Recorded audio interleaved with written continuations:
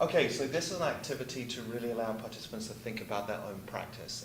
It's assessment for learning for us and for participants that really frames the what is a performance assessment. And the idea of this is to think through a day or a week, a chunk of learning, to identify the activities that they typically provide students. And then to really think through, well, what's the assessment? How do you know what students know as a result of that activity? So it's getting into types of learning targets, which we'll talk about later today, and then assessment methods, which we'll talk about straight after this. So the idea is that this document would be a hard copy.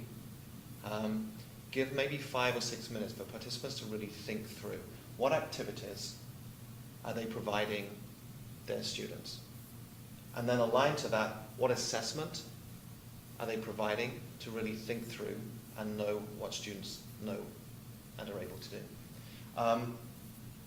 There'll be a group of activities that come directly after this, and then we'll return to this for participants to really reflect on their application of activity and assessment in relation to assessment methods that we will learn about straight after this. Okay, I should have gone on right. Sorry. I can just go straight through. Yeah, I can just cut it.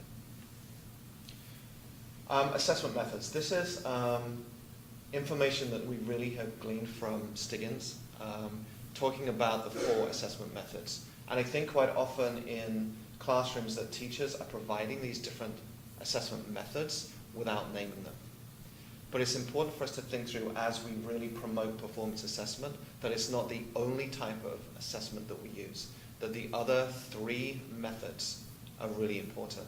So in groups of 4, there's 4 assessment methods. We can engage in a jigsaw protocol where each participant reads through just one of the 4 assessment methods. It looks like it's really short, but even in a short paragraph, there's some really rich discussion.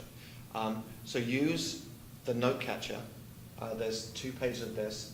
And what you're going to ask participants to do is identify keywords and phrases from the text, and then when they engage in their jigsaw reading, they're going to share out their keywords and phrases from their section, and then as the other 3 members of their group share out their thinking, for them to collect information.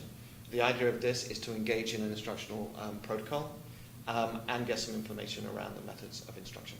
Oh, sorry, the methods of assessment. I think that was it. Cool. Okay.